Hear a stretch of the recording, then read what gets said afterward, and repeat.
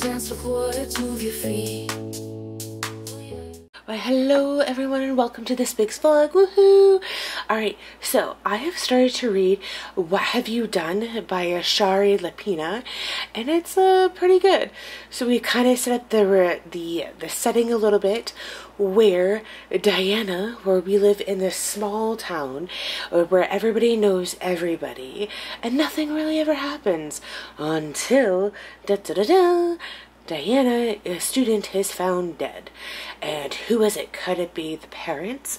Could it be her best friend? Could it be the boyfriend? And so I think it is the best friend, because her parents are also like really big in this small town where they are the teachers, and I think we're being misdirected with it being by the boyfriend. But you know, it could be one of those things where it is a misdirect, but I don't think that's what it is, right? But so far so good. I'm about 50 pages in, so we'll have to see what goes on from there. So I plan to spend majority of my day, my Victoria Day Monday, reading, as I do not work, so there's nothing more I can say about that. So it's like a thumbs up. I'm happy, right? You know, we're gonna maybe go to for the last day of Riffest tomorrow, but we'll bye. Hello and welcome to this reading Dippit. Yay, I've now finished What Have You Done by Shari, Lapena, and it's really good. You do get like these like little misdirects, and you do get concerned with who really done it, and you are led to believe that it is this one person met for these reasons. But because I don't want to give away like the ending of it, because you know that's just not fair at all. But you know, the person, but it wasn't him at all.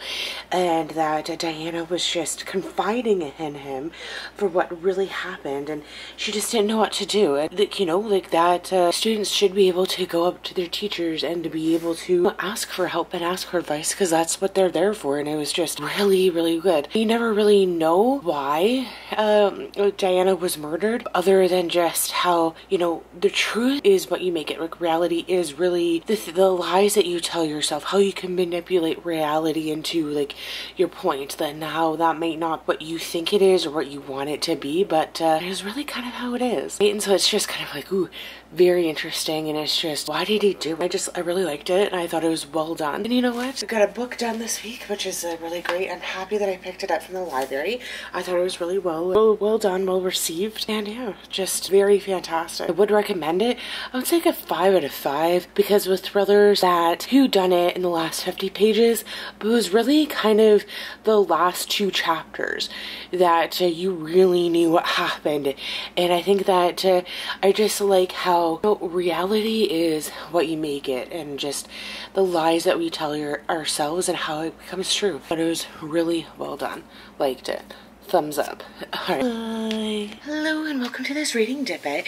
So I've decided that I'm going to read The Reappearance of Rachel Price, and I've read about like the first chapter, and I think it's great. It's good so far, and I'm just tuning in to tell you that if this book goes well, I am going to, I think, read the Good Girl's Guide to Murder series. There's only 3 of them. It's a trilogy, but I think it would be great, and especially because the TV show is coming out.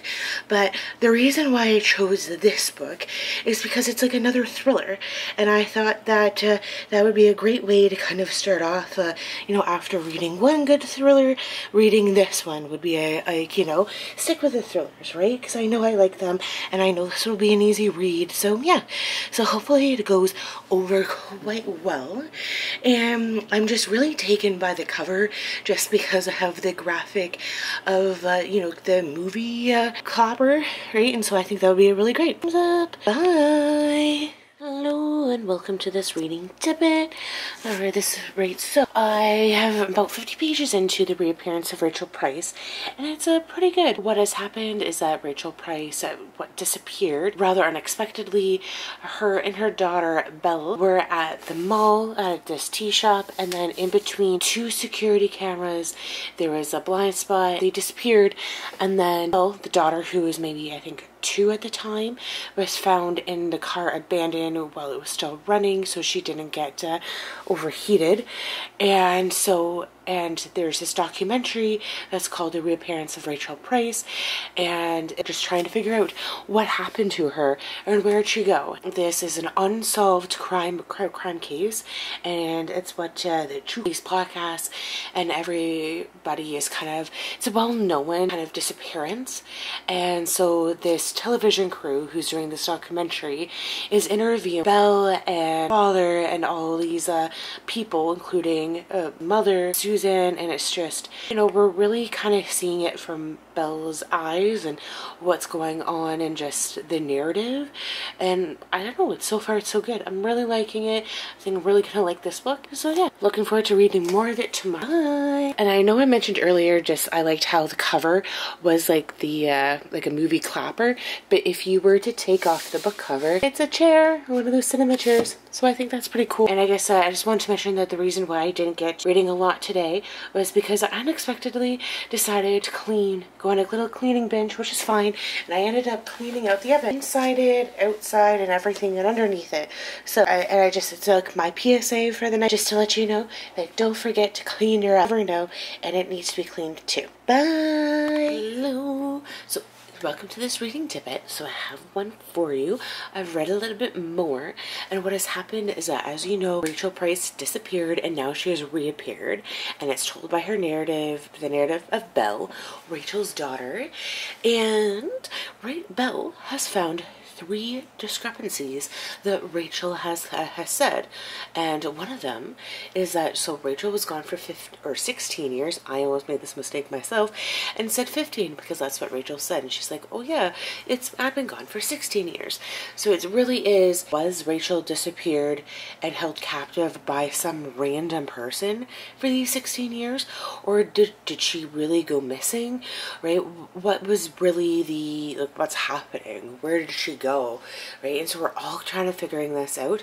But one of the things that Belle keeps thinking, when Rachel slips or makes these mistakes, how come nobody's around to see it, right? And that if she doesn't know what she wants to do, like, I mean, who's going to believe an 18-year-old, especially when, like, her mother has just come back, right? It looks suspicious already as it is, but it's just, you know, just poking holes into these little mistakes, right? So I'm liking the suspense.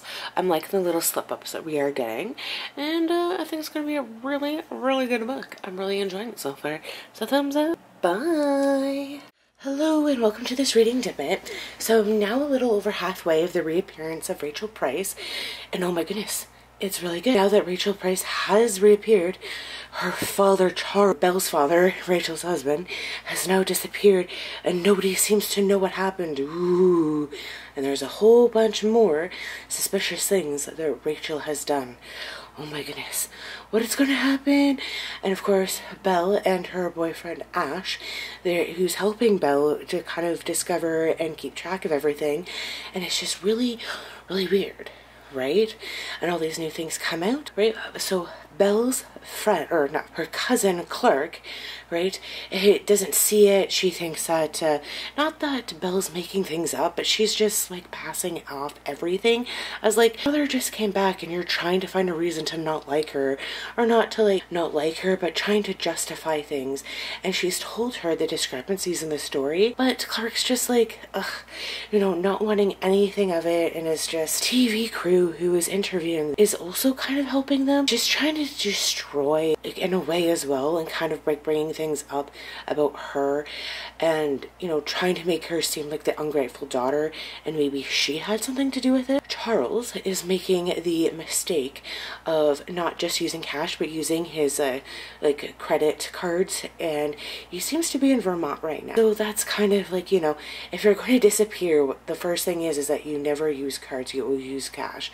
So at least they kind of know where he is, but but it's still a big question of where was Rachel all these years and why did she reappear, right? And why did she that she did seem to reappear a few months later, or before she reappeared, to purchase clothes, and the clothes that she purchased were the clothes that she found in, but that can't be confirmed directly. Very suspicious, very, very suspicious, right? But it's still really good. I'm so excited. Alright, so that's it kind of for now, right? But you know, thumbs up. Bye. Hello and welcome to this reading Dippit. Alright, so I have now finished The Reappearance of Rachel Price by Holly Jackson. And oh my gosh, it was so good. What I liked about this thriller, excuse me, was that even though where the mystery was solved, it started unfolding within the last 100 pages, but it kept unfolding and unfolding and unfolding. There was just so much going on, right? I don't want to give like the ending like away. Yes, like there were some like sketchy or inconsistencies with Rachel Price's story that Belle like was catching on to, but that gets explained. It's Rachel Price was really honestly a victim, and she was really much like a heroine for dealing with what happened to her, right? Like, oh my gosh, oh my gosh, it was really, really good, right? But like it's all for the good, and all for the good thing that, you know, Belle had the right or the knowledge to be suspicious. You know, I can understand the situation and how you might just be a little weirded out by it, but it all works out in the end, and it's just like I feel so bad for Rachel Price, right? So I would say the last half of the book really, like the first half had a lot to do with the film crew, right? And the documentary that was happening. The last half of the book had nothing to do with this film crew, right? But because this all unfolds and you can't tell anybody about it, that it really is one of those like very suspicious things that does happen, and that you are really kind of on the edge of your seat. That as like the documentary, because a lot of it just can't be released to the public, or just certain things that do happen. Hopefully I'm not giving too much away, that you know, it's just, it becomes like a very like heartfelt story, not necessarily the story that Ramsey decided or wanted to get initially, but it is a story nonetheless that, you know, makes you happy and excited that Rachel Price did reappear. And you do find certain things out about Carter that was really nice and adorable, and it's just, aww. Alright, so I really liked it. I mean, but I do like Holly Jackson as an author now, even though I've read one book. There is The Five Survive is at the library, not checked out, but unfortunately the Good Girl's Guide to Murder trilogy is still it's out, being checked out at all locations of the library. So I'm not too sure when I'll get my hands on those. I mean, I could always buy them or get them on my e-reader. I think that's what I would most likely do. But yeah, it's like a lot to kind of process. But the one book that is on the shelves, I might get that when I'm there on Monday. I'm not too sure, because I'm also wanting to get a few Jessie Q Sutano books as well. But you know, I could walk out with nothing, but I also want to read like the Veronica Mars books as well. So we'll see. Right, because I'm getting really excited, but you know, this all is just because that the reappearance of Rachel Price is just, oh, it's so good. Right? I'm on a book high right now, right, because it is just fantastic, and I really do like that it just keeps unfolding, like more and more things happen as the book goes on, and it's just, oh my gosh, worth the read. I think you should read it. Yeah. Alright, bye. And welcome to this reading Dippit and the end of this week's vlog. Right, so I've read 2 books this week, which is great, 2 thrillers, and then for next week I'm going to read 2 classics, which is A Tale of Two Cities by Charles Dickens and Brave New World by Aldous Huxley. And I almost, because I got these classics, it was 3 for $10 at Indigo, I'm kind of, they have these special covers.